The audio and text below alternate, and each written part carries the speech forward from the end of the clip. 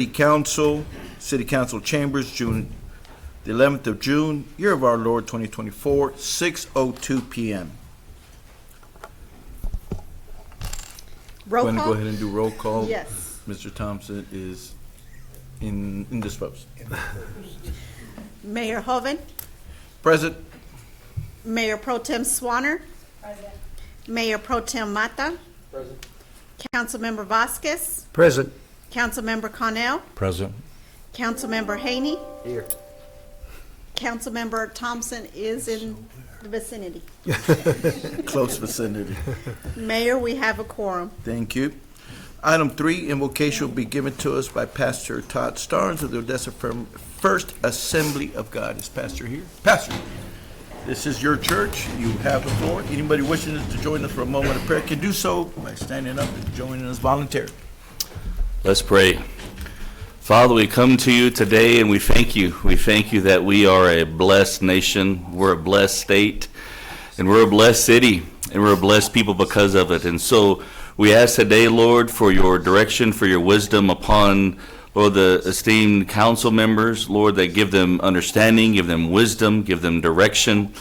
Lord, your word tells us that many are our plans, Lord, but it's your plans that prevail. And so we pray that for our city, Lord, and we lift up our first responders, our firefighters, our policemen, Lord, every agency, just your hand of protection upon them, your blessing upon them, and we thank you for it. We pray in the name of Jesus. Amen. Amen. Councilman Haney. I pledge allegiance to the flag of the United States of America and to the republic for which it stands, one nation, under God, indivisible, with liberty and justice for all.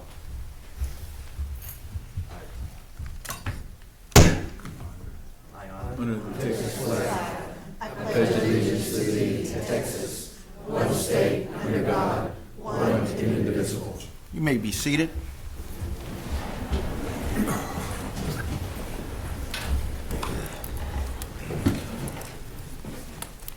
Mayor, we do not have any proclamations.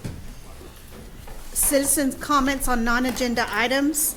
Each speaker would be limited to 3 minutes. As your name is called, please come to the podium and state your name for the record. In accordance with the open meetings laws, the city council cannot respond. Council can direct the city manager or city staff to contact you. Any member of the public may address the city council regarding these agenda items before or during the consideration of said item. Council, can you overlook the consent agenda as presented? Entertain a motion to approve, deny, or amend. I so move. I have a motion by Councilmember Vasquez. Do I have a second? Second by Councilmember Haney. All in favor indicating by saying aye. Aye. All those opposed indicating the same sign. Motion passes unanimously.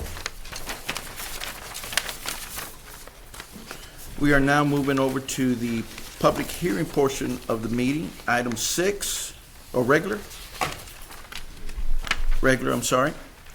Item 4, discuss rejecting all current requests for qualifications RFQ for design and construction of new municipal parking garage. Mr. Fisher. Good evening, Mayor and Council. So this item today is to discuss, thank you. We had met with you back in the end of March to talk about a new municipal parking garage. It was going to be for OPD, our police department, as well as some extra parking for municipal staff that are in the municipal plaza in that area. And so what this is today, so we had a bid committee meeting, and we went out and discussed that. And in our bid committee meeting, we had further discussion, and we wanted to broaden our search a little bit. We did get 3 proposals. They're all reputable. 2 of them, I believe, were from, had representation in West Texas in this area. But we wanted to look at some other options, such as automated parking garages, different floor spaces, and kind of compare. And this is really important for for OPD and as well as for the city. And so at that meeting on May 23rd, we decided we would reject the current group of proposals, and that doesn't mean we're rejecting the consultants. They can still come back and reapply, but we would broaden our search a little bit to include automated proposals as well as traditional garages where you drive in. So this is the location most of you are familiar with. It's between West 3rd and West 2nd Street, west of Grant, just behind the police station. And so this is the current view. And so they do have a bid out right now. I understand, Chief Gerke, to demolish the existing garage. And so this year we'd be looking at up to $200,000 for the design plans. Whether it comes up to that or is less, but that would be for the design of the new garage, while the demolition is in place. And then next year we'd look into construction, however long that takes. So I understand they've got a temporary plan in place, but some of the basic requirements that were absolutes for the police department and for the city too is that the police would have their own entrance, and then the municipal employees and any public parking would be a separate entrance. They'd have that security fenced and screened so that the police vehicles would be safe. The second thing we looked at is having some retail along 3rd Street. That is one of our major corridors we'd like to enhance over time. And we could just be talking about mom and pop, a coffee shop, a small retail store and things like that. And so there's a lot of creativity here that can go into this while still staying on budget. So the reason the current one needs to be demolished is it's in very bad repair. There's cracks, and so there was an engineering report and then a follow-up report with Park Hill. So that's why we're here today. This is the last slide. So basically, the previous proposal and the new proposal. So the new one, as an RFP, we're still looking at about 450 spaces. That's more than half of those would be for the police, and then the rest of them. And this is kind of factoring in going out 15 to 20 years. It's hard to project, but we think that's going to be a big improvement for downtown to provide that the parking. We talked about some of those features with the micro retail and the separate entrance. But what are some of the other things of why we would come back for a new proposal? So the standard parking versus the automated. So that's one change that we would move forward to look into. The floor area as well. Some of these automated garages, they can save on cost. They can also save on floor space, because what happens is you park your vehicle at the front, you essentially punch in a code, and the machine lifts it for you and puts it in the garage, and you just go back to work or wherever you have to go. So there's some advantages of it too. At the same time, the traditional garages, a lot of people are used to that, and so there may be some other intricacies. So we don't know. We want to look at all of the options, try to get as many proposals as we can, and then come back to you once we've got all our bids, decide on the one that we think, and present that to you at an upcoming meeting. So that's essentially the purpose of this. And also the same amount of funding you had mentioned before. And again, that's just to pay for design fees for the garage. Now, again, if it's a smaller footprint, some of those costs may end up coming down. So we're open to discussion at this point. This is just for work session only. We'll be happy to answer any questions. And Council, any questions? Well, we wind up spoke with a company at ICSC, and I think we're inviting them to come, and we need to see this concept. We saw something, but not in real time, what municipal has it and what they're using. So the foreign thing about it being automated, that's one question. Two, what's the cost, operating cost, maintenance? The construction is less concrete, more metal, more of a stick, and two, if concrete, in order to get 450 spaces, we got to go up higher, which we got to go further deeper. This is a confined space, and they said with the confined space they can achieve that at a lower cost. So I think it necessitated for us to research that, and so under the understanding is that turning these requests now doesn't eliminate those that put in. They'll just resubmit. This just gives us an opportunity for more options for us to do a little more research, see if we can stretch our dollars. And what this provides is it provides ample parking if we were to go with the automated for the emergency service and future, and also provide a revenue source so that thing pays for itself. So I think it's worth the delay for us to research it. And so this is what the request is. I think this is what your department's coming back and saying, turn these down, and then you guys are going to resubmit and try to get some more companies to look at that option of automated. Is that correct? That's correct, Okay. yes. So you're already gonna start the demolition while you're waiting for these proposals coming back? Yeah, I'd have to defer that to Chief Gerke or one of our other staff. I'm not sure where that is at, but I know I think they were in the process of bidding. There were some other things they needed to do. But that's correct, because for this year only, we would only be looking at the design of the Okay. garage based on, assuming it's been demolished, so We have to- based on yeah. that space, so we have time. Sure. We have to Yes, sir. We have to secure the parking. Yeah, Yeah, so I knew that. that's one of the delays. Any other questions? Have you been given a time of when that garage would not be safe? What do we have, 2 years, 3 years, 4 years?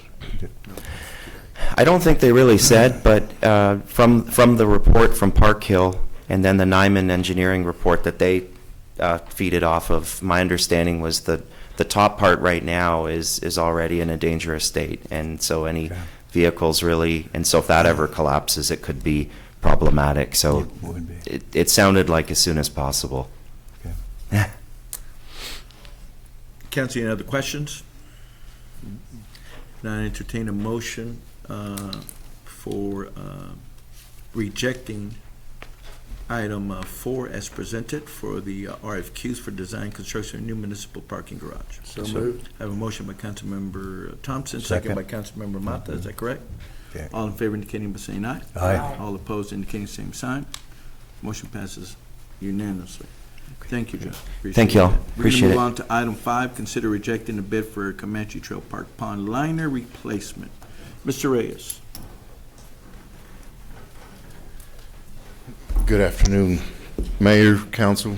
We're just here simply to consider rejecting the pond liner installation at Comanche Trail.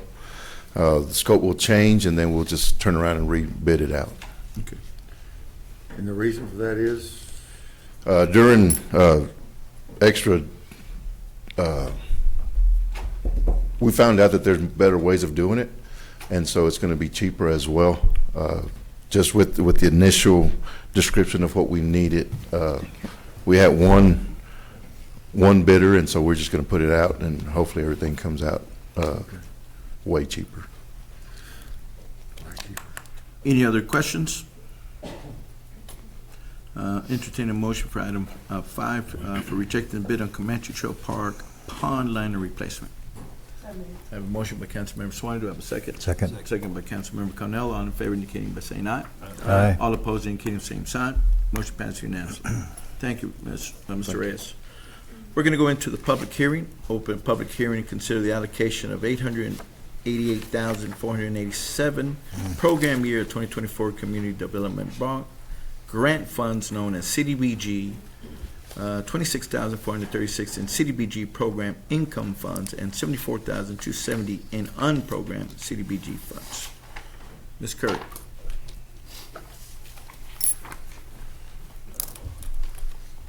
Good evening, Mayor and council members. Tonight, you have before you the request for Community Development Block Grant and Home Investment Partnership Program funding for program year 2024. The U.S. Department of Housing and Urban Development allocated the city $888,487 in Community Development Block Grant funds for program year 2024. In addition, the city has $100,706 in program income and unprogrammed funds that are also available for allocation to projects tonight. The total CDBG funds available for allocation is $989,193. To provide services for our citizens through the Community Development Department, I am making the following request for CDBG funding: $150,000 for program administration, $560,000 in housing rehabilitation, $130,000 for demolition, $118,000 for our short-term rental assistance program, and $30,000 for the elderly and disabled lawn mowing program. This year's HUD imposed caps on CDBG funding allocations are $177,697 for program administration and $137,238 for public services, projects, and activities. HUD also allocated the city $313,619 in home investment partnership funding for this year to provide services to our citizens through the Home Investment Partnership Program funding. I'm requesting $31,362 for our home program administration and $235,214 for the homeowner rehabilitation reconstruction program and $47,043 for the Community Housing Development Organization, which we are required to set aside 15% of the grant for the CHODO, even though we don't currently have an organization in that capacity. Available funds, HUD funding caps, and all requests for funding are summarized in your council book. I'm prepared to answer questions. A lot. You ready? Council, any questions before we get started? Ms. Curry, in dollars, how much more is this from last year in comparison to last year's amount? Last year, we were awarded, give me just one second. We were awarded $904,000 in $434 last year. Okay, and one final question. All these organizations here, were they a part of last year's funding as well? Not all of them. I think the new one would be the Salvation Army. Okay. Thank you, ma'am. Yes, sir. Council, any other questions? All right, let the bidding begin. City Secretary? As a reminder, when you come to the podium, you will have 3 minutes to speak if you will say your name for the record. Family Promise.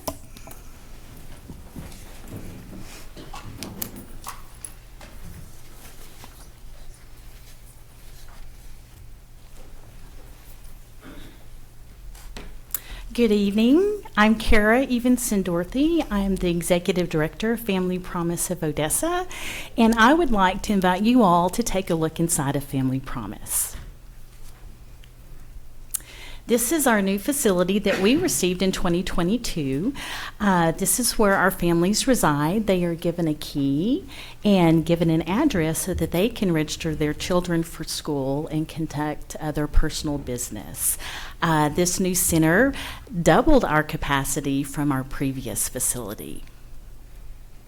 This is our Family Promise van. A lot of our families do not have reliable transportation or transportation at all. And this van gives rides to our families to and from work, childcare, school, doctor's appointments, whatever it may be the need is, we're going to get them there. Family Promise is a holistic program. Guests are required prior to entry to be drug and alcohol free, as well as the length of their stay. Families are required to meet weekly to maintain their goal setting. Families, if not employed prior to coming to our program, they must seek employment daily until employment is obtained. Financial literacy is an essential component in our program so that our families will maintain their self-sufficiency when they do transition from our program. All children are either in child care or school, and we do help with that expense and also registration for school so that our children are identified as McKinney-Vento Act. When families work, they are required to save 80% of their income and open up a savings account to show proof of that if one has not already previously been established. If they do not have their proper government identification, we help them obtain that because they're going to need that when they do transition and go through the remainder of their life. Stats. Last year, we served 44 individuals. That was 10 families altogether. The first year of The first 5 months of this year, we have served 27 individuals, and that consists of 8 families so far. So the previous slide where you saw the family, that was a family that had entered our program 10 years ago. And that family of 6, the mother was about to lose all 5 of her children due to inadequate housing. She entered the program, she got a job, complied with all the requirements, and transitioned to her own home. And she was employed as a dog groomer, and her dream was to own her own mobile dog grooming business. And so this is her second year as she has fulfilled that dream. I see her every 8 weeks. 3 minutes are up. And the best part is hearing about her children's accomplishments. So Family Promise program is successful. Any questions? Council, any questions? How many family units what is the We capacity? can have 3 families at a time. 3 at a time. Yes, and depending on their status when they join our program, it can be anywhere from 3 to 4 months or 6 to 8 months, but they can stay for a length Wow. of a full year. Thank you. Thank you. Any other questions? Thank you very much. Odessa Links.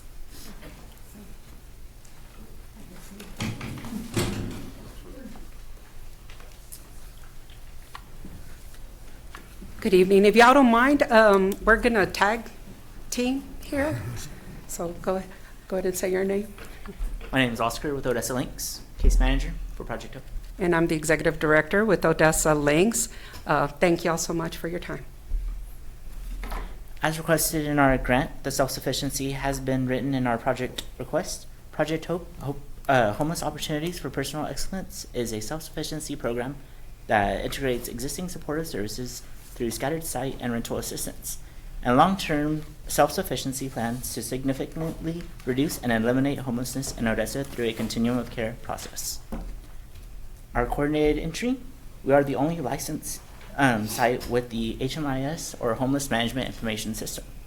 Links participates with the Texas Homeless Network of Balance of State, a collaboration of over 200 counties with representatives from nonprofits, government officials, and service agencies to eliminate homelessness. The partnership with the THN, or Texas Homeless Network, gives our agency the technological tools through their Client Track Homeless Management Information System to electronically store client case records. Link serves as a coordinated entry site for the homeless households seeking household interventions. This is to promote more of an efficient method of reporting, organizing, and prioritizing client assistance to effectively assist the most vulnerable and appropriate resources. Odessa Links Project Hope provides rapid rehousing that can last from 12 to 16 months. You can see with our coordinated entry overview chart the process that we go through with our first entry or coordinated entry point with our clients, whether the client does need to be assisted through an assessment to determine their level of the referral that they need to be partnered with another agency, whether shelter or other agency site. They can have that warm handoff to that shelter service that is provided through the community, or they can also be qualified through our rapid rehousing program, which is the 12 to 16 months that Project Hope can provide.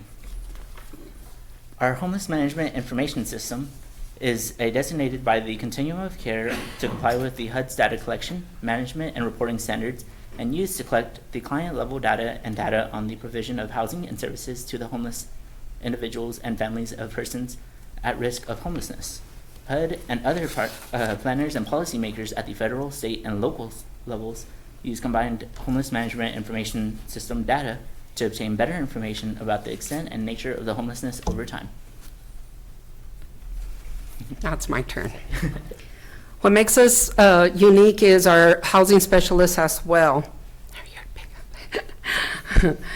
The housing specialist assists and advocates on behalf of the Project Hope clients to locate, secure, retain affordable permanent housing. The housing specialist plans and coordinates services. 3 minutes are up. But that was his. Let me ask you a question. Is the request for the program, or the request is for salaries for the person within your office to So as handle we the written, process? we wrote for the self-sufficiency plan, but this is what we have to go through in order to get the HUD funding. We have to do the HMIS system, we have to do the client track, like the map that showed a while ago, and we have to have the housing specialist. And so what I was requesting from CDBG is during all our trainings, HUD and Texas Homeless Network always encourages us to write for CDBG, and this is why I've come back. We used to write before, we've stopped. This is my first time coming back because they're encouraging us because they want to see the support from the city when we write CDBG funds. So what's the money for? What's The money is for? to match the HUD grant because we want to ask for more funds, and so it would match the grant. Writing a HUD grant on the rapid rehousing, we have to match it with grants, in-kind, and fundraising money, cash money. So that's why we came to the city for the CDBG. If I would have known the allocation, I wouldn't have written it for so much, but I still would have written it because I want to show HUD and our Texas Homeless Network that our city does support us. How much is your grant for? Our grant is for, right now, it's $305,000. We just got awarded for the next year. But I want to write for over $400,000 this next time. We start writing the grant next week until the end of August. And so that's why it was perfect timing for me to apply for the CDBG funds. Any other questions? Thank you very much. Thank you.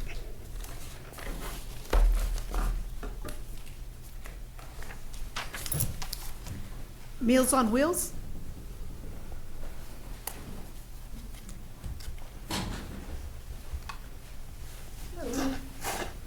Hello. Hi, I'm Cindy Garcia. I'm the volunteer coordinator at Meals on Wheels of Odessa, and I'm just here.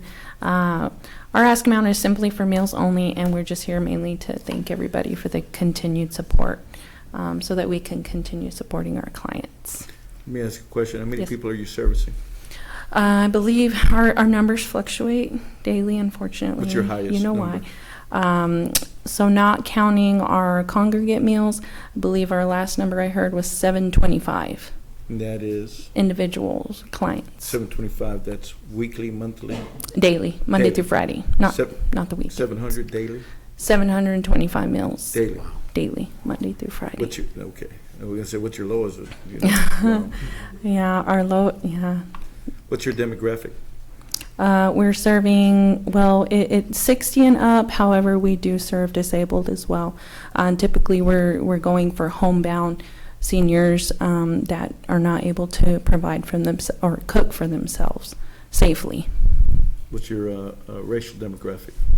We're serving all races. We're serving everyone Equitably? within our demographics of the Ector County. I'm sorry. I said equitably? Yes, You don't have- absolutely. You don't track those numbers?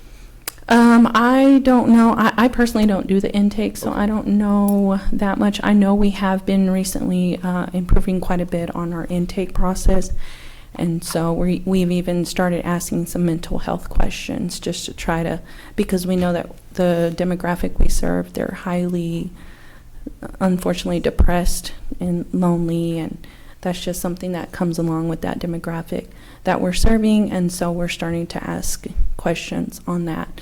You know, how do they feel about themselves, and just so that we can try to reach out and provide whatever resources we have at our fingertips. Any other Kathy, questions? Any comments, any questions? Thank you very much. Thank you so much. Salvation Army? Looking sharp, Captain. Hello, I'm Captain Robert Corsten of the Salvation Army. I'll try to get this in 3 minutes. I believe that the Salvation Army is strategically placed now to be really aggressive solving the homeless problem that the city of Odessa is currently having. I would love to go into the details of the programs that we've initiated more recently. We can get them IDs now, so we can get them into the workforce with birth certificates, social security cards. We have set up an avenue to a free drug rehabilitation center, which we already have clients jumping on board with that. But right now, what we want to do is to fill in the gap to help not just our clients, but the city in general with how they congregate. I met with Odessa Links and the rest of the Homeless Coalition earlier today. Found out that a lot of them like to congregate in the library, different parks. And we want to be there to fill in the gap to make sure that they always have a safe place to go, where we can serve them and get them off the streets. We want to coordinate with other organizations in town and make sure that 3 meals are always provided, that when it's too hot, we're open. When it's too cold, we're open.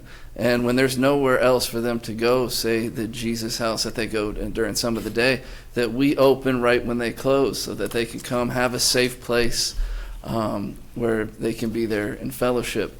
We've seen the culture change in the past couple months lately. In fact, when I told them that we were going to do kind of a open house reopening, and maybe some council members and the mayor was going to show, and some of our donors, they got so excited that they are currently painting. I can't guarantee it will be good, but they are taking pride and really ready to show off everything that they are doing. Yeah, so we are asking just because we want the city to walk alongside us as we do this. It's an exciting time that we are finally in a place that we can start making significant differences in the city of Odessa and serving the homeless population. Well, we appreciate that. It's been a long time coming. Couple of questions real quick. Sure. Men and women combined, how many people can you house, sleep? Yes, so we have 40 individual beds. We have 3 family rooms.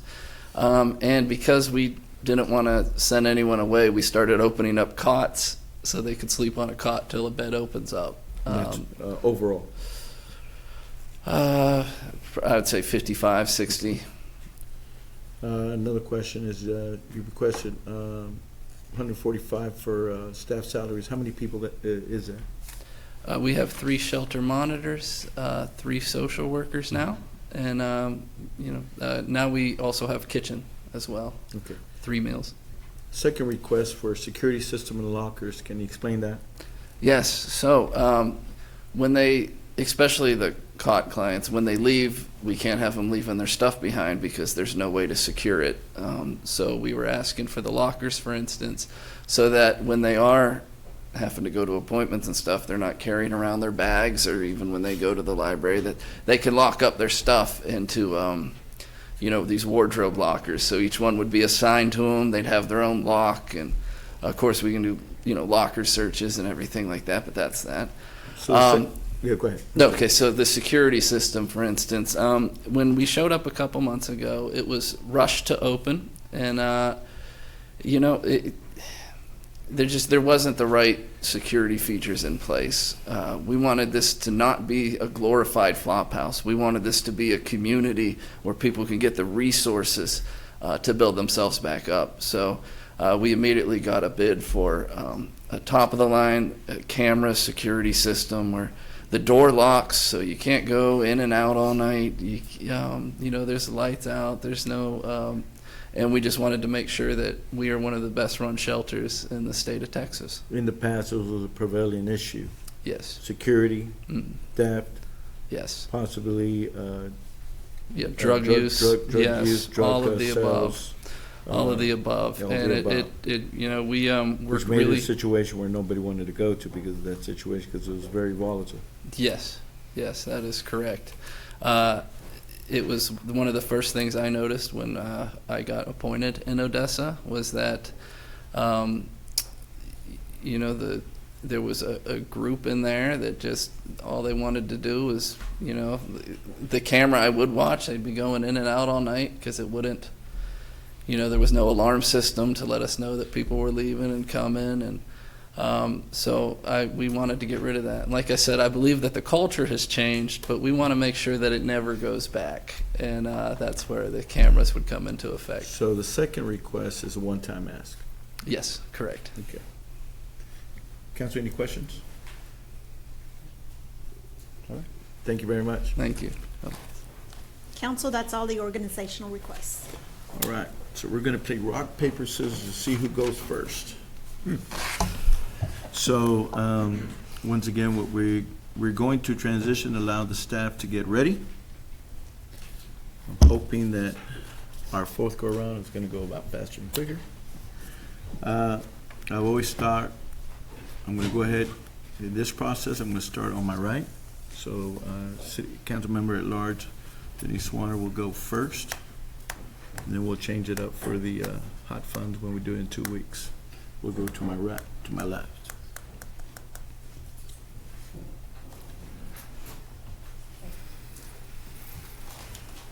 Are you ready? Okay. Program Administration, 150. Housing Rehabilitation, 455. Demolition, 124,693. Salvation Army, 27.5. Salvation Army? Oh, I'm going on the switcher, I'm sorry, right Yeah, here. Yeah, that's fine. For which staff salaries or? The system lockers, System locker, 27? yeah, 27.5.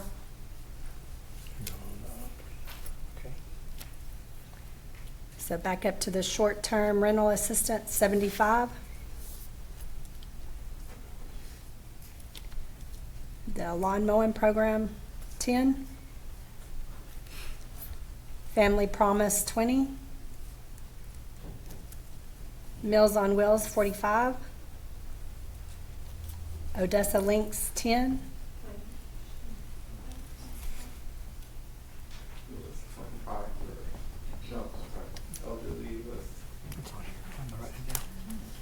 Elderly was 10,000, right? Correct.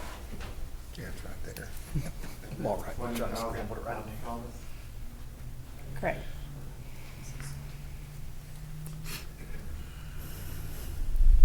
See. Meals on Wheels, 45. Odessa Links, 10. And then the Salvation Army staff, 72.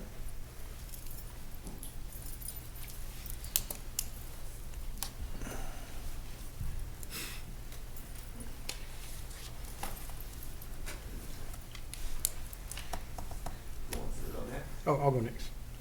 Let's go down the line, yeah. Yeah. Program Administration, 150.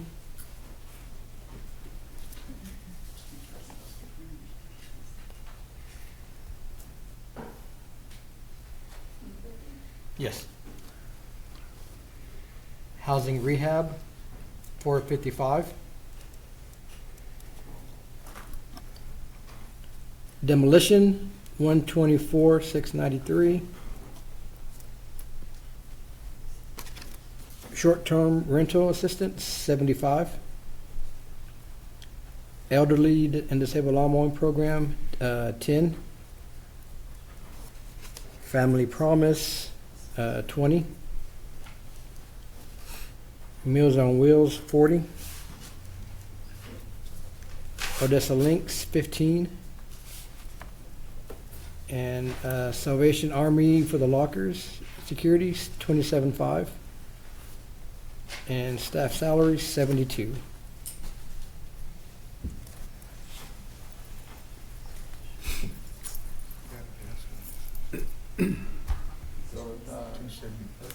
It's the new math. There we go. Yeah, you know, budget. Yeah, that's, I'm at 964. Where you are now. there we Yeah. go. There we go. Oh, shoot.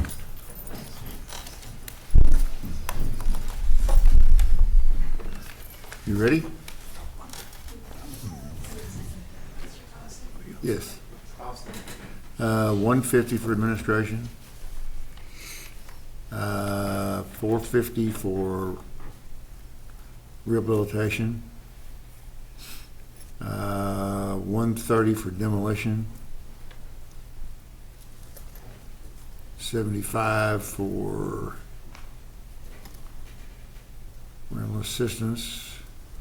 Lawn mowing, 10. Family Promise, 20. Meals on Wheels, 45. Odessa Links, 10. Salvation Army Administration, staff salaries, 75.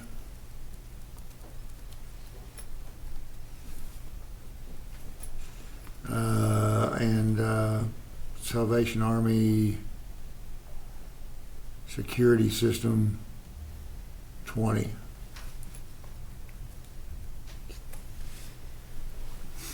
Okay. No, I'm gonna go ahead and go. Yeah. Let me know when you're ready. Ready? Program Administration, 150. Housing Rehab, Oh, hold, there's a typo on that one. I got extra money. I got $100 grand I can redistribute. Ready? Housing Rehab, 455. You know what, go back, I'm sorry, go back, Matt Thompson, 450. Yeah, For which one, sir? Housing Rehab, Okay. do 450. The demolition, I'll go up to 130. Short rental, 75. Mowing program, 10. I'll do Family Promise, I'll go ahead and do 20.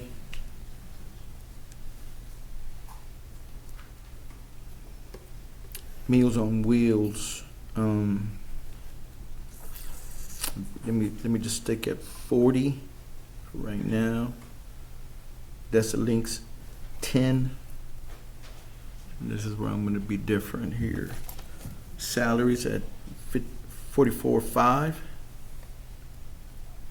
And then pay for the whole security system at 55. Okay, I am $5 short. So, okay, just leave it at that, and then we'll make some adjustments. Councilman Vasquez. Program Administration, 150. Housing Rehabilitation, 450. Demolition, 125. Short-term rental assistance, 75,000. Lawn mowing program, 10,000. Family Promise, 25,000. Meals on Wheels, 50,000. Odessa Links, 15,000. Salvation Army staff salaries, 70,000.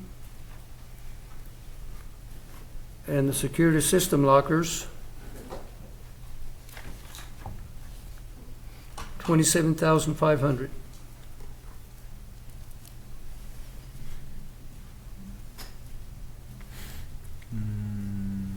Did I skew it? Yeah, you're you're over. Yeah, you're over. Yeah, you're lower. It's all right, we'll come back. Councilman Cornell. Program Administration, 150. Housing Rehabilitation, 455. Demolition, 124,693. Short-term rental assistance, 75. Elderly for lawn mowing, 10. Family Promise, 20. Meals on Wheels, 40. Odessa Links, 15. Salvation Army, 72. And Salvation Army for the security system would be 27,500.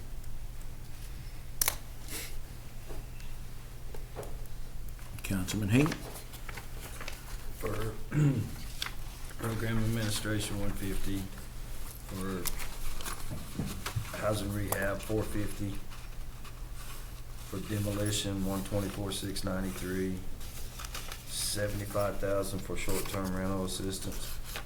10,000 for mowing program. 20,000 for the Family Promise. 30,000 for Meals on Wheels, 20,000 for Odessa Links, 77 for Salvation Army salaries, and 27,500 for security system.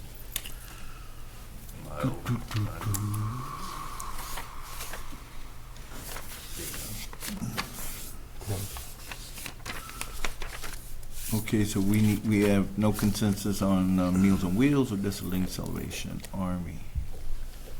We got 1, 2, 3 at 40, and 1, 2 at 45. Which one is that? Meals on Wheels. So Meals on Wheels, we got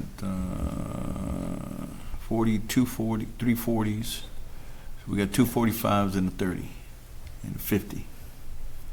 Anybody want to go down? Take mine down. Take mine down to 40. Thompson. Thompson. There's a consensus. Okay. Odessa Odessa Links, we got 3 10s, 3 15s, and 20. Let's flip for it. I think Haney needs to go either way. Yep.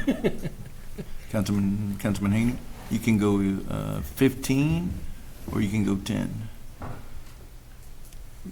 You're the I'll do key. 15. Do 15. That's consensus. Now we are on Salvation Salary Staff. 372s. I'll go 72. And then I'll have to drop to 27.5. We already have that one on consensus. We already have it, it's already there, so. So who's changing, I'm sorry, on Salvation? We got 72, well, I don't think I'll be able to, because I got too much on the bottom, so. Mr. Vasquez, can you go to Which one? On the salaries? Salvation salaries. We need one, how many, we need. He's already over. Yeah, he's over. What do I need to go So, down? Mr. Thompson, what about, you're at 75, go down to 72. Yeah, that's fine. 72 is good. There it is. We have one other issue. The public service staff is it's over 94,000. But- That's okay. That's another, isn't that another source of funds? For the public service? Yes. The cap is 137,238. That's the most that can go to public service. On the short-term rental? So we're basically funded 94,007. So that's the big red number at the top, right underneath. Oh, so we need to eliminate So we need to cut these- 94,000. So we need to cut these back some more. We need to cut some back some more. Yeah, so anything that says public services in red next to it, any of those need to come down in combination 94,762. Okay. We got 1, 2, 3. Wow. So we got 6. That's hard. Okay, Mark, it'll work. We're gonna have to do it on 2 items. 2 big items are gonna be short-term rental assistance, we've cut every year, and then salaries. Family Promise is already 20, LOM program got nowhere.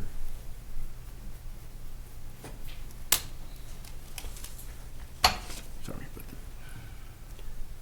So we need to cut back. We need to deduce it by about 95,000, is that what I understand? What about if we go down to demolition? Let's go, how about if we did demolition, go down to, Well, that one's not one of them. No. It's just the one for public service. Public Yeah. service. Short-term rentals is where we need to. yeah, we can do that, or we can move some other around. But if you go to short-term How rental. about we go to short-term rentals, it's down to 50. That's 25,000 Yeah. off. Is there a consensus to go down 50 on short-term rental? Yeah. Okay, go down to 50 on short-term rental across the board. Mm-hmm. No, go to 50,000. 50,000.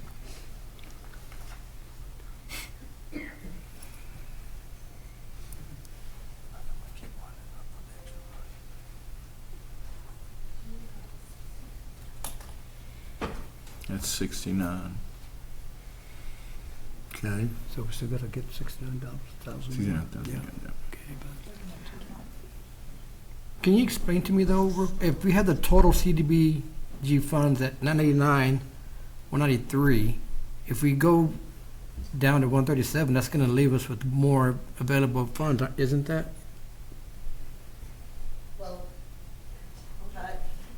Yeah, we had 989 to allocate, if you look at the book. So, yeah, we had 989, if you're looking at what we were looking at, with what you gave us. Yes, ma'am. Go ahead and explain.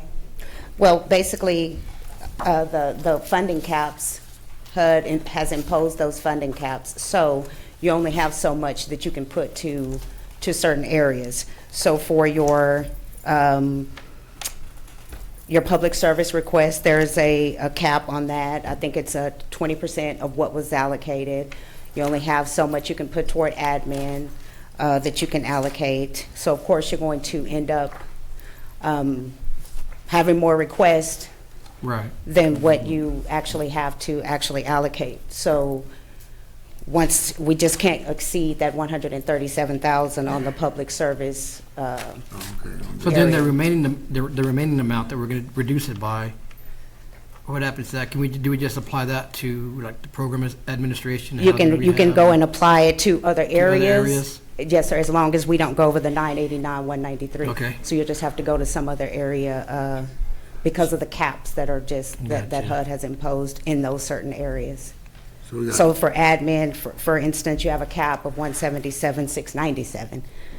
So you have to move it around to where they fit in the areas that they're able to fit. How about Salvation Army staff salaries? Thank you for your explanation. Yes, sir. We go back, we go down to 50 on that too. Yeah, I think we're gonna have to. Go to Salvation Army salaries, 50 across the board. Or just where you reach a consensus. It just needs 4. Okay. There you go.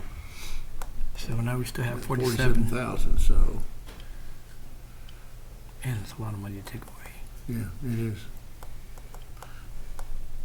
Well, it's already pretty skinny everywhere. You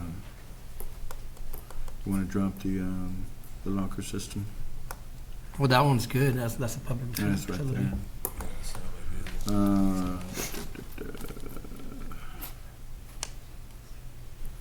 And the only other place you can cut. I think we're just gonna have to cut them all three, just a little bit. We got 47,000. You gotta cut them 10,000 apiece. Oof. We have 3 left, right? Yeah.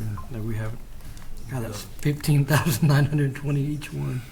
There's How no much? way. 15 what? That'd be 15,920 to cut from each one. Some of them don't even have that much. Yeah. Well, short-term rental assistance is 50, so you can go down 25 of them or 30. That'll pick you up 20. Yeah, let's do that. Short-term rental to 30? Mm-hmm. I'll go with that. Everyone agree? Reluctantly, but yes. Yeah, reluctantly, but yeah. I hate to do I'm trying to anything. keep some of the other services. Yeah. Trying to keep them all. This is tough. Every year. I know. So now we're down to 27. We can cut down the mowing program. I'll just. Well, you eliminate that. It's only 10,000. Brings it down to 17. Just give me a call, I'll go mow some yards for people. Ms. Curry, is that a pretty active program, the lawn mowing? I mean,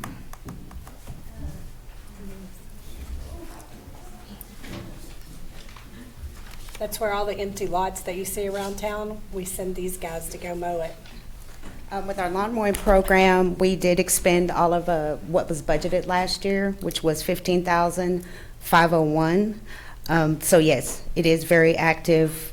It's for our elderly and disabled, and we did expend all of the funds that we had, so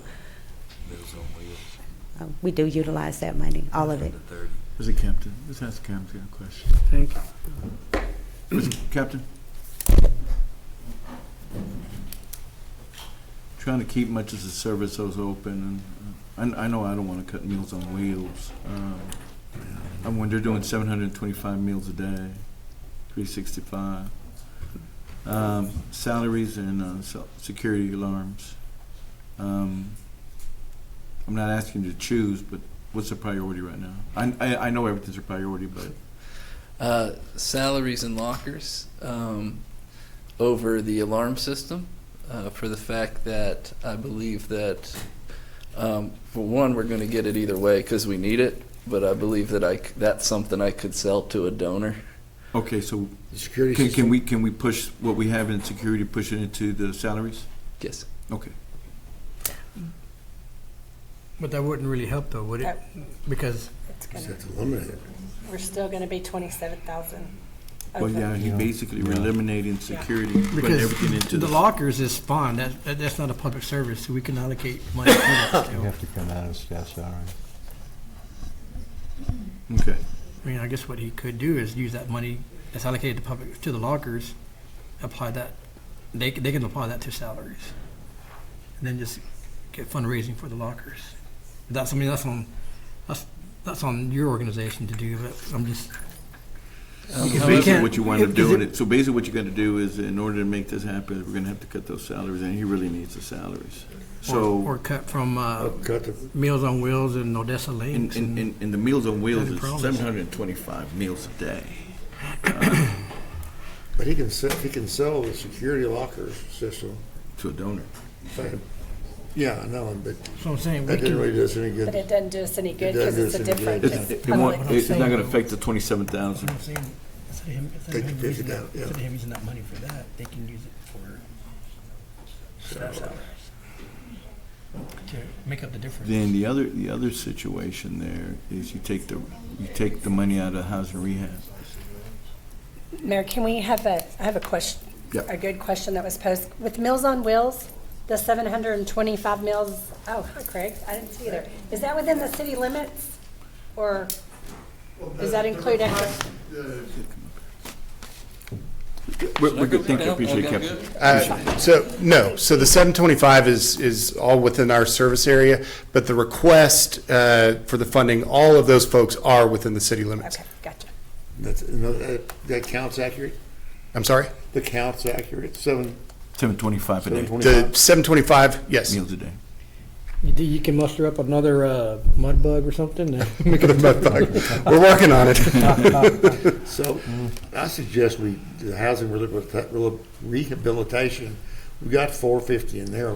Why don't we cut that one back? Cut the 27,762. But it's not a But public that's not a- service. that's Oh, I'm not a sorry. It public needs to be, service. we need to cut from the public service. From the public Public service. service.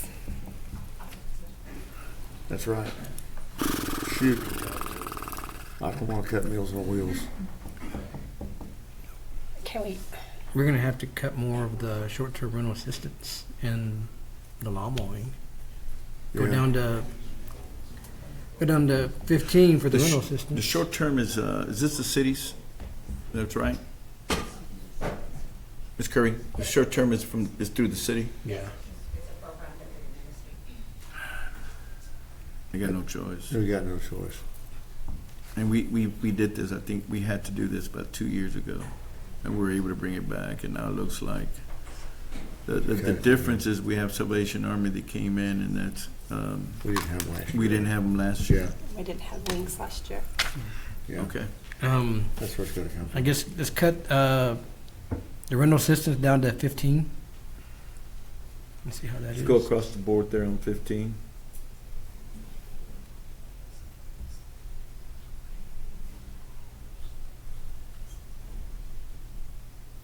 And then we're at 12.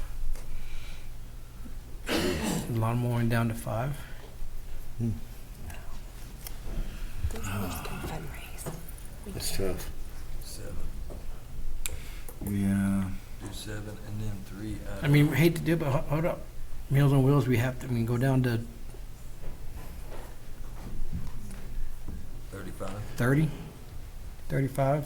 Why Do don't we take 5 out of Family Promise and 5 out of Meals on Wheels? Meals on Wheels. Yeah. Yeah. So go to 15 on Family Promise. Meals and Wheels is just too good a deal. Yeah.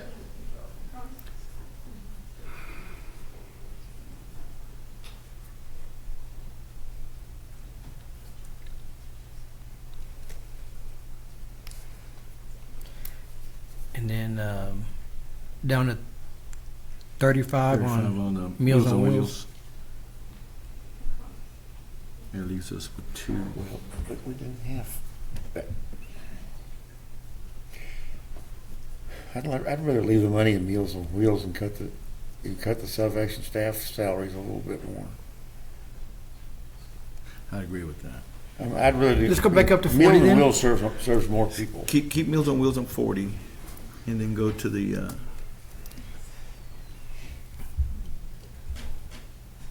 I'm just saying, it serves more people. Dan? It's how many people you reach. well, 725 on the daily basis. That's a lot. Well, yeah. It has to I be mean, everyone need is here is good. So, But my point is, we so drop at 776 on the salaries.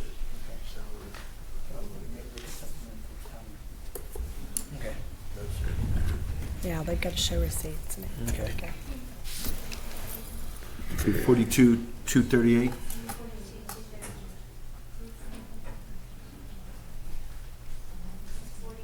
$42, 238. Where's that? That's Oh, for the taking staff off that salaries, one it's off the different. 50, off the, 42. off the, off the 238. 50 for the salvation salaries. Reduce it down to 42,238.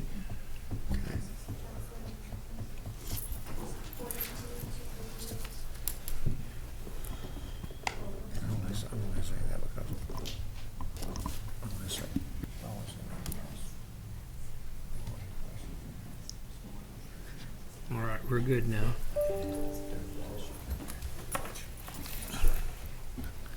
I'll cut you back.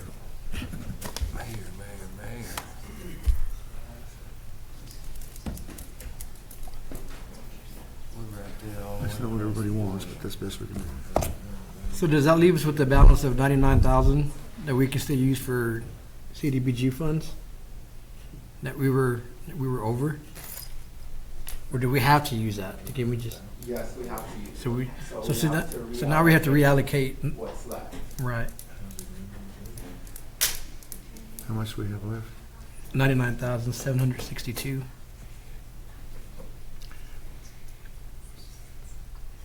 You could put it back in into housing Put housing back in rehab. housing. Yeah, we have, yeah, and so we're good with the public services, right? Right, we're good there. Okay, so now we're going back to the HUD portion of it. And what do we have available, 99,000, Yes. 762 or 99? 99,762.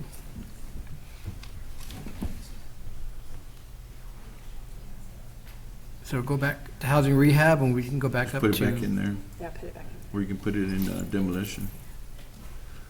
I like demolition. There's a lot Let's go needs- back to 130 on demolition. Yes, I agree with that. We've got a lot of stuff we need to knock down. 130 on demolition, yeah. And put it towards housing rehabilitation. Across the board, right? Yep, Yes. yes.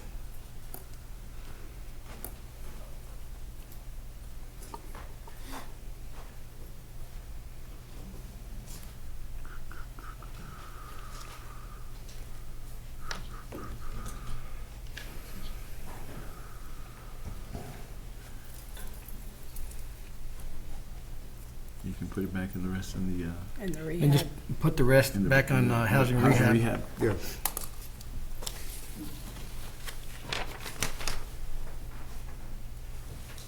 That's good. This one's easier compared to what we're gonna do in 2 weeks. No, I've already done it. I didn't get my $8.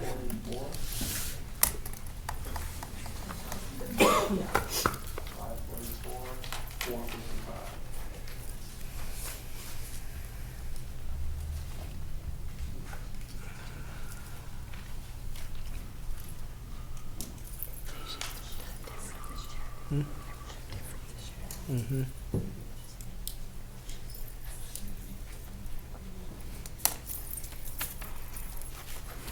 Everything jobs now.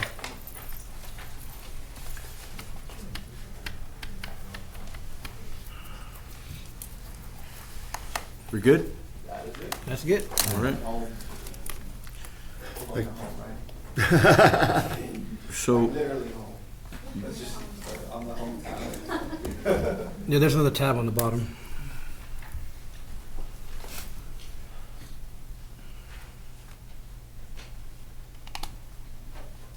Oh man, my spreadsheet just went away.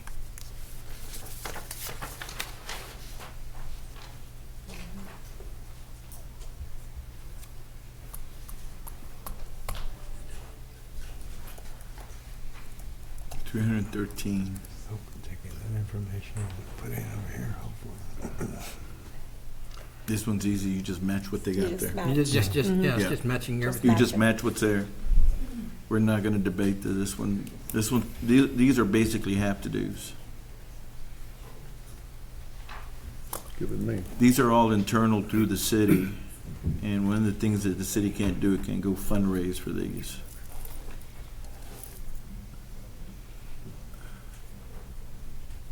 So the Chodos have to do, and the home and rehab and construction. These are all federal grant programs. No, she's got staff. That's why the administration's with her. It's smaller than it used to be. Okay, I got it.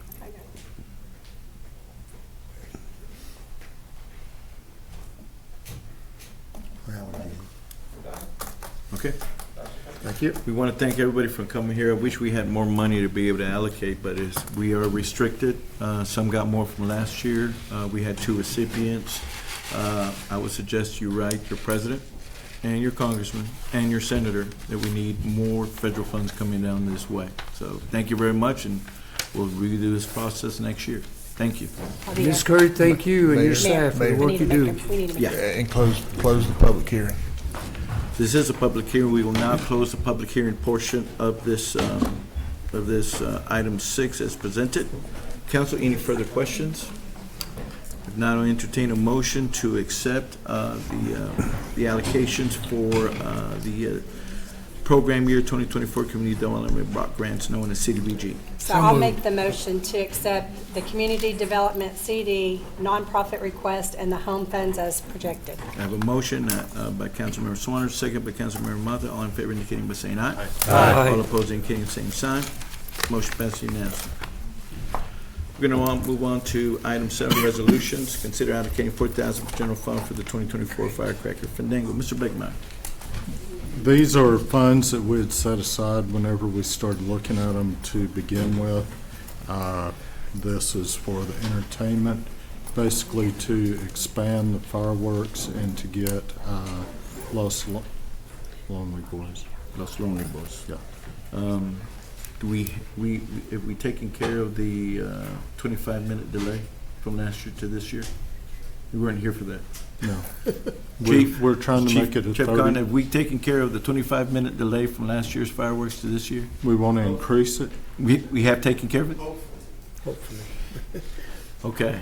So we want a That's all we can do is hope. We want a 30-minute delay? No, we happened last year. We had a 25-minute delay. I think it was a fire extinguisher situation. Natives got restless. Yeah, I was getting looks. It was not comfortable. Council, any questions? No. I need a motion for item 7. So moved. I have a motion by Councilmember Thompson, second by Councilmember Mata. All in favor indicating by saying aye. Aye. All opposed indicating the same sign. Motion passes unanimously. We're going to move on to item 8. Consider appropriating $55,000 from general fund to purchase HVAC for Fire Station 5 for the 3rd floor of Municipal Plaza, and appropriate $55,000 for the replacement of 2 HVAC units. Mr. Gavladon.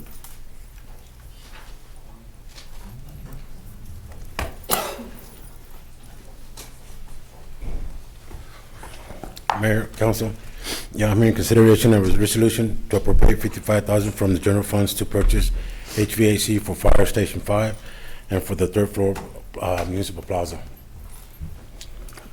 Fire Station 5 is pretty much without AC, and the HVAC unit on 3rd floor is exceeding its lifetime usage.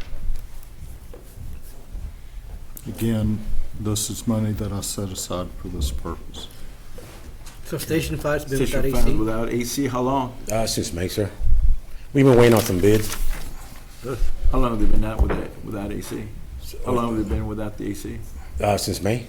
They're firemen, they'll be all right. That's what he said. Part of the training. They're acclimated. Wow, since May, huh? Yes, sir. Oh, boy. It's only June. Okay. Council, any questions? Let's get them that AC. Yeah, Let's get them the that's- AC. Yeah, hot days are here. Fast. Yes, sir. Yeah. Move approval. I have a Second. motion by Councilmember Thompson, second by Councilmember Vasquez. All in favor indicating by saying aye. Aye. All opposed indicating same sign. Motion passes unanimously. Thank you very much, sir. Thank you. Item 9, consider awarding the contract bid to Gallagher Human Resources Compensation Practice Assist in introducing total rewards philosophy design market aligned pay structures. Ms. Griffin. Hi, You got good it. afternoon, evening, Mayor, Council, City Manager. So I'm coming before you to talk about the second half of the request that we made back in March, which was to consider awarding which was to consider allowing us to go out for bid for an HR compensation consultant. We got the bids in. Do I just move? Okay, thank you. So we did get one result, which was Gallagher, although there was a lot of interest because I received quite a few questions. We had a pretty aggressive timeline, but we formed a work group, of course, and that work group included the city manager's office, development, finance, fire, HR, internal audit, legal, police, risk management, of course, and utilities. And we met many times before we ever drafted the RFP because we wanted to make sure that we were able to articulate exactly what our needs are. The premise behind why we asked for it is because, of course, we were doing the benefits transformation project, and you can't do one without the other, and we want to create a total rewards package. Currently, we're dealing with outdated job descriptions. We have problems with the bands being too tight. We can't necessarily move people effectively through the bands in terms of promotions and things of that sort. Our current structure really doesn't allow a path for career progression, and so we wanted to be able to address that because we're dealing with a great deal of compression in our salary bands. The prior compensation study that was done a couple years ago was really based on our current structure, and so we needed to, of course, refresh that.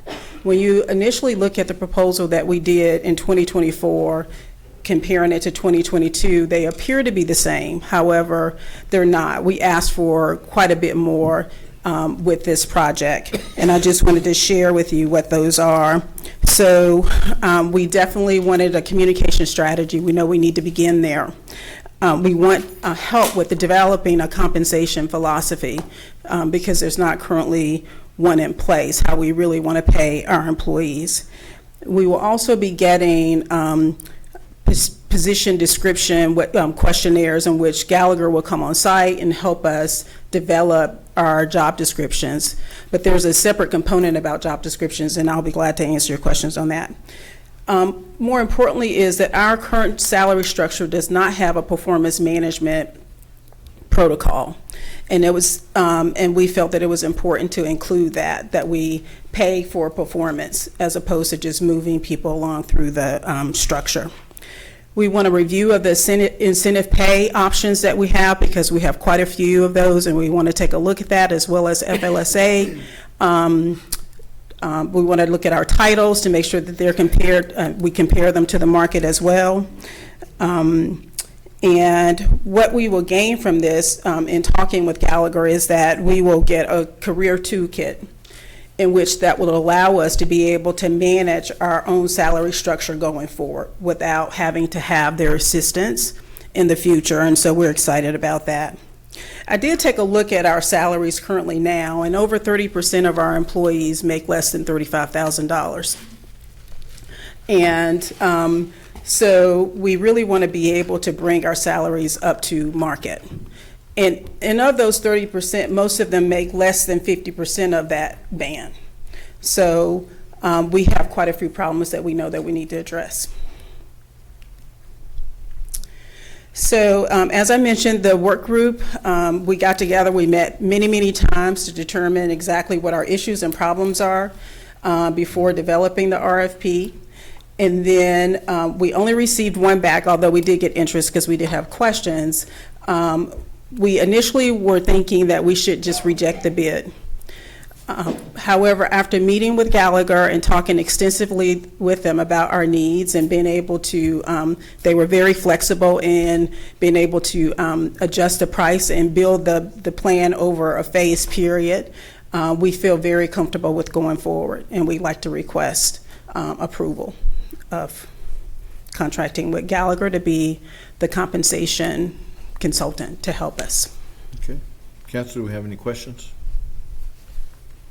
That consulting for the 157, is that, what time frame is that covering? So that first phase, we're going to break it up into maybe 2.5 phases. So the whole project will take approximately 9 months. And so that first phase goes from, it gets us to the end of this fiscal year, okay, which is what we had come before you and asked if we could move money from our clinic to take care of it, and we can pay for it. And then the second phase will begin in the next fiscal year, which I also requested money that hopefully you all will approve, that should take care of most of the second phase. So, Ms. Griffin, you stated that this one's going to be more in-depth than the one we had 2 years ago? Absolutely. Yep. Councilman Mata, this one will be extremely more in-depth. The first part of our coming together to work was we built a team, right, to make sure that we were able to cover all of our bases. So we brought a bunch of smart people in the room and just tried to hash it out, and sometimes we didn't agree. But we got to the end to be able to create the RFP, and we are really excited about being able to move forward. Just I was going to say small difference, a huge difference too. Basically what you had before is, okay, here's the structure and here's how that same structure looks better. This is, the structure isn't working anymore. What's the new structure need to be? It's a rethinking, would that be a good term? Yes. Of And what we're doing to, we've got to be able to bring people in to work. Yeah. And whenever we look like I'll be generous, a 1970s organization out there and not a 21st century organization, it's hard. And when you do get them in, because, hey, maybe it's an easy job to get because we need people, they're not going to stay. And we need to be able to not only attract, but to keep people. We do have some people with a lot of longevity, but after 30 years, are you going to leave? Mm-hmm. Probably not. How do we get those people, this next group of people, the next group of 30-year employees up here? It's a big lift. It's a lot of work and it's a lot of money. It's got to be followed through with. That's the key. I think that was some of the key to the last thing that we did. This has to be followed through with. Yeah. And we have people here that I've said it to on studies, on everything that we do. If I'm going to spend the money, which is y'all, but if I'm going to spend the money, I expect it to be used. If we're going to run a study, we're not going to set it on the shelf. Elizabeth's laughing at me because I just preached this. If we're going to do this, we're not going to be coming back and saying, okay, where's Gallagher for a year like we have with where's Evergreen. Yeah. This has to be used. Yeah. Thank you for that, Mayor. For Mr. Beckmeyer, I appreciate that. We really want to be able to engage employees, and that's going to be one of the biggest differences a part of this study. Gallagher will be coming on site. They will be talking and interviewing employees about what they do, and determining whether what they do matches their actual job description. And that's how because the biggest issue that we have is around the job descriptions. They're antiquated, they don't match the market. One of the reasons why we have the issue with compression, and Mr. Beckmeyer can also attest to this, is that we're making so many independent adjustments. He's having to approve one-offs, more than one-offs. And when that happens, you begin to have that compression issue. And so this is going to help us be able to not only once we implement it, but to be able to manage it going forward. And this does work, and it makes a difference. We've already done this to an extent internally in some of the microcosm type departments like OPD and OFR. It works. We get lines of people wanting to apply now. Yeah. We No, I was just gonna reiterate what Mr. Beckmeyer was just saying. It, you know, when we hired Gallagher to review the benefits, you know, one of the things that came out of our committee meeting was that, you know, the benefit package that we have for the city of Odessa employees is like a you're being generous, 70s. It's antiquated. So if you're going to up the benefits, all this kind of plays together. So it only makes sense to have Gallagher doing both sides of this deal based on what are the benefits that we're going to bring to the council whenever we get those. We're just trying to get to October 1 right now. Yeah. So we're trying to redesign all the benefits to get it up to where the market is. So when you do that, you got to take into consideration what they do in the personnel side of it. So it works hand in glove. Does that make any sense? Mm-hmm. It's part of the compensation package. So we can show an Yes. employee what his package is worth. Yes. And that's where we were coming from. And we did ask for Gallagher to, and this was kind of posed an issue for some of the other folks who may have been interested in bidding, is that we did ask Gallagher to provide us with a preliminary budget of what that would possibly look like by July. So if this is approved, then we can get them going and get started. And so we'll have, hopefully, by the time you all have your budget retreat, have some idea of what this cost will look like. Yeah. Okay. So we're hoping. Hopefully. Well, good. Well, they're working hard. This is a real short fuse for them. Yes. I will tell you, because it's, you know, we're gonna, just so you know, we're gonna try to do the budget on the current set of benefits, and then have an option for the council. For the new budget year. We'll have the old benefits for the budget year, and then if we adopt the new benefits, how that's gonna impact the budget. Make sense? Yep. It's gonna increase the budget. Yeah. Yeah. So we just don't know what the we difference. just don't know what the number is. And we're self-funded, so we got some flexibility, so. The thing is, with a lack of it, we discussed this benefits package for the all employees overall everywhere. We attacked what we needed to do to stop the compression, and still followed up with it, but never have we had a discussion about changing the structure. We were working with an antiquated structure. We anticipated, we just didn't know where we were at. Mm-hmm. This gives us a whole different, clear view than, I mean, just to be able to sit there and say, you're telling me about 30% of our 900 employees are under 35,000? Yes. I didn't know that. Yeah. So, and the thing is that basically it's all our bands that are just antiquated and rigid, and I've always said that we're going to drag this corporation into the 22nd century, not the 21st. It's just bypassing. I appreciate that. I mean, it's really sad because, you know, I had an employee call me just last week saying how he couldn't afford the health insurance because of what he gets paid. Yeah. Yeah. Makes sense So now. It's a clear picture. We can see it. To give just a high-level example, in a meeting, in one of my, persecution meetings? We're looking at staff. They're not smiling. We had a situation where, because of the way that these bands were, we had qualified people that couldn't move to a higher a higher band or whatever you want to call it. But then we couldn't hire people to fill unqualified positions because these couldn't move, so we had these empty here. But we had good people that we could pay more money because they were doing good jobs. We reworked the steps there, and we solved the problem. Yeah.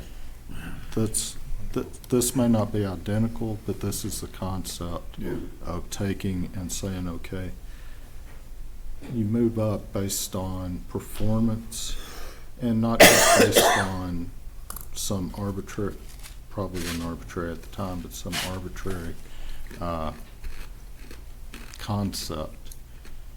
And you don't get into compression, you don't get into things like that because you're moved up based on the performance. Yeah, that was one of the biggest things that employees that did when we did the survey a couple of years ago. That, they really pointed about what was going on. That people were moving up, not moving up, and gave the reasons why. It really caused a lot of big morale issues. Yes. So, man, this is good. This is really eye-opening. Light years from what we were a couple of years ago. Yeah.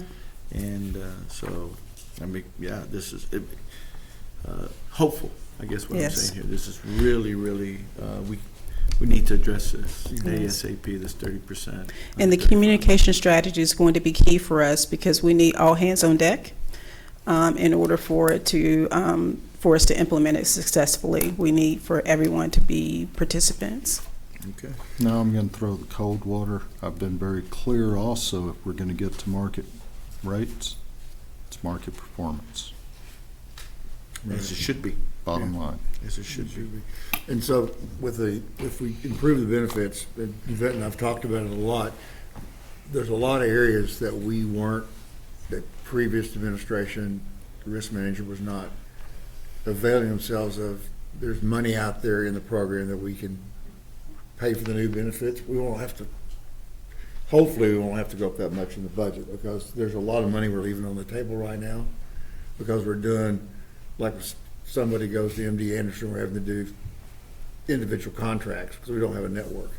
Just by putting in a network, we'll pick up a lot of dollars. Yes. So, I mean, there's money out there. We just gotta go get it. Yeah.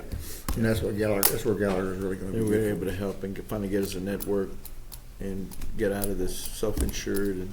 Well, it's gonna be self-insured, but Maybe it's still gonna be a network. self-insured, but We'll yes. have a network. But we'll have a We'll get to network. dictate to it. We won't self-administer. No, self-administered. what you- Okay, that's what I'm saying. Yes. Okay, good. Because there's too much of a tendency to, and, I've been here a long time, and Darrell Wells and I were good friends, but he insisted on paying his own claims, and you just don't do that. Because you go into her and say, hey, I want you to pay this. Yeah. Well, no, it's not eligible. I want you to pay it. So. Mayor Hovind, That always happens. I move that we award the contract to Gallagher Human Resources. We have Make that motion. We have a motion on item 9 to approve the contract bid for Gallagher Human Resources compensation practice. Do I have a second? Second. Second by Councilmember Thompson. All in favor indicating by saying aye. Aye. All opposed indicating the same sign. Motion passes unanimously. Thank you very Great much. work. Have a good- Great work. have a good Please evening. extend that to the committee, and our hard work's just beginning. Okay. All right. Vaughn, Yvette, you're doing a great job. We're Appreciate gonna you. move on to item 10, consider approving professional service agreement contract with Corollo Engineers Incorporated. Mr. Roulette, how are you doing, sir? Good, how are you? We're doing good. If Good. you're in here, something's broken. That's right. That's about right. Go for it, sir. Good evening, Mayor and Council. I'm here to present you with a professional service agreement contract with Corollo Engineers for the 2nd Street sewer line replacement. The scope of work for this contract was previously presented by the director, Mr. Niles, in the council work session 4 weeks ago. After working with our legal department, we are ready to present the contract for your consideration and approval. This contract consists of the design services from Corollo for the replacement of approximately 1,000 linear feet of 24-inch vitrified clay pipe. I am asking you to please consider this contract to upgrade our portion of our sewer system. Councilman, any questions? This is the one, that presentation that we have over there in west portion of our city. We're in an emergency situation in this one. Dan, you okay with the contract? Okay. What's the cost of it? For the total contract or just the design services? Design services. The 375,000. We have budgeted 513,871.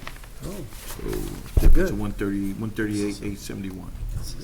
Thank you. Seeing that there is no question, I entertain a motion for item 9 for, item 10 for approval for professional service agreement. So with moved. Roller Engineers. I have a motion by Councilman Cornell. Do I have a second? Second. Second by Councilmember Mata. All in favor indicating by saying aye. Aye. All opposed indicating by the same sign. Motion passes unanimously. Thank you. Go get it. Quick. Item 11, consider amending the Odessa City Code, Chapter 12, Traffic Vehicles, Article 12-3, Parking Stop and Standing, Section 12-315, Parking Undeveloped Lots. Move approval. Heck, What do you have to discuss it for? Second. I don't even want to know what all that means. I knew this would be an easy one.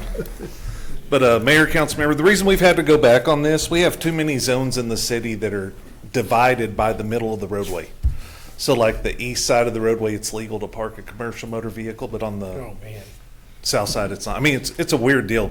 Some of the examples are 800 Pagewood, most of 6th Street, Barrett Avenue, Hancock, and 1200 East Pearl. And so it complicates what we can do with our complaints. So we worked hard with legal and with our traffic advisory committee to kind of revamp and to amend what we already have in place.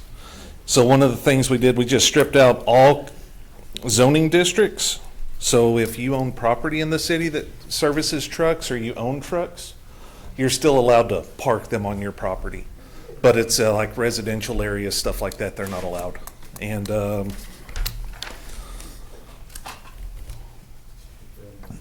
lot of problems that we're having is we just keep citing the same vehicles. They never move. So if they're there for longer than 48 hours, we'll put a sticker on it with the citation and then remove it at the owner's expense. And the next step, or the next part that we're adding is a lot of our hotshot rigs, they're pretty smart, so they'll take off the apportion plates and hide the VIN number. So we have no way of finding who the owner is. So what we're asking on the amendment of that is to be able to tow that vehicle on site if they've hidden any identification This will in do the that? vehicle. This will do that? Yeah. Yeah. You know, it's like on East Ridge, there's a guy running a business out of those apartments on East Ridge. He's got his, what do you call them, mules, whatever, and tractors and trailers parked on the side of the road. Yeah. And that road curves, and the people at the corner, because I come out that way all the time, you can't see around it. I think some hotels are doing that too. A lot of them park by the hotels at Park Salgado. See them every day, Yes, every sir. night. And we On the write the street. tickets. I mean, my Yeah. guys, they write them, but it's a never-ending thing. You just Yeah, write a it's ticket, terrible. put it on the windshield, and you move on. The next part, 12.316, parking or standing of commercial or large motor vehicles. All that we're changing really on that is defining the commercial motor vehicle to be any vehicle over 17,000 pounds gross vehicle weight. And a large vehicle is considered anything 8 feet in height or exceeding 22 feet in length, or 30 feet in combined length. Some people own a dually. It's their personal decision. Technically a dually, the way it was written, it's a commercial motor vehicle, but people should be able to own a dually if they want to own a dually and park it. And they usually park way in the back anyway. It's not like they take the front row at Walmart or anything. And then it's not intended to apply, where am I at? Large vehicle can be parked while the driver is operating and performance a service visit or a call. Doesn't pertain to tow trucks. And provided that the driver of the vehicle is a current customer of the hotel or motel. Vehicles owned and operated by businesses within the city limits who are parked on property owned and controlled by that business. Truck stops within the city limits in this section. Truck stops defined as a large roadside service station for commercial truck drivers, Love's Travel Stops. A violation of this section, a commercial large vehicle parked for more than 48 hours shall be towed at the expense of the owner, and back if you're trying to conceal any identification, it'll be towed on spot. So this, you said truck stops, does this apply like we're on I-20, where they, beside the truck stop, they pull on the side of the road. State of Texas purchased a lot of land for those vehicles to park over there on Really? the I-20 and the East Loop. Yeah, Yeah, that's going to be a TxDOT thing.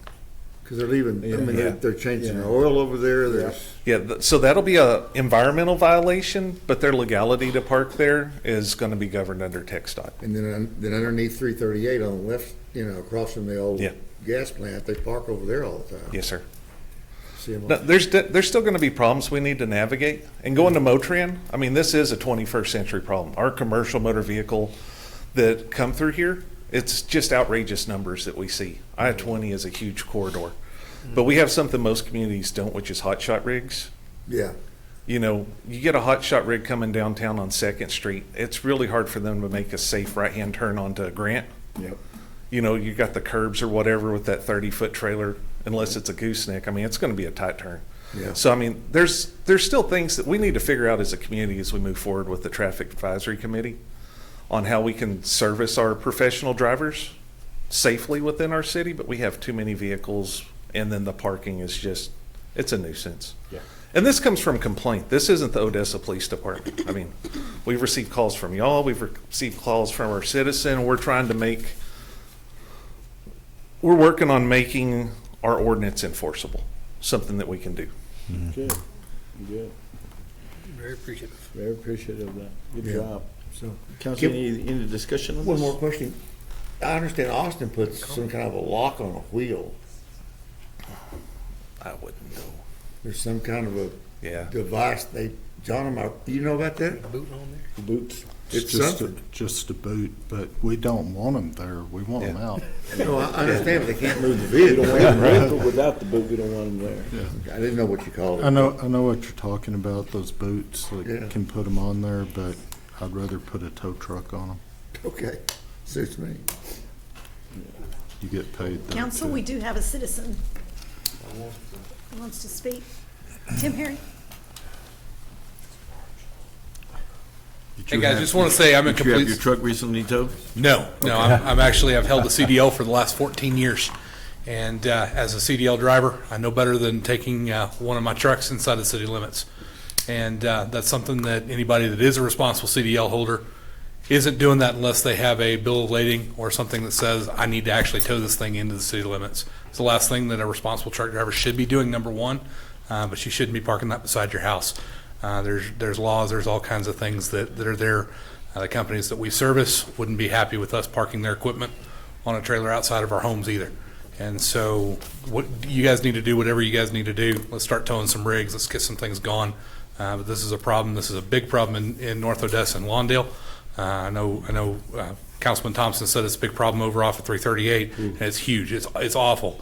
But in Lawndale, we've got problems with not just the hot shotters, we got problems with the guys that are bringing home, 2-ton service rigs that are parking them in front of their houses. They've got 8 cars parked in front of a dwelling that's meant for having 2 or 3 kind of thing. And we got oil field companies that are leasing these things. There's a lot more to this picture, and we need to look at those as well.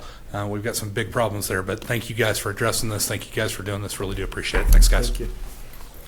Council, there is no more discussion on item 11. I'll entertain a motion to amend the City Code, Chapter 12, Traffic Vehicle, Article 12.3, 12.3.15, and 12.3.16. So moved.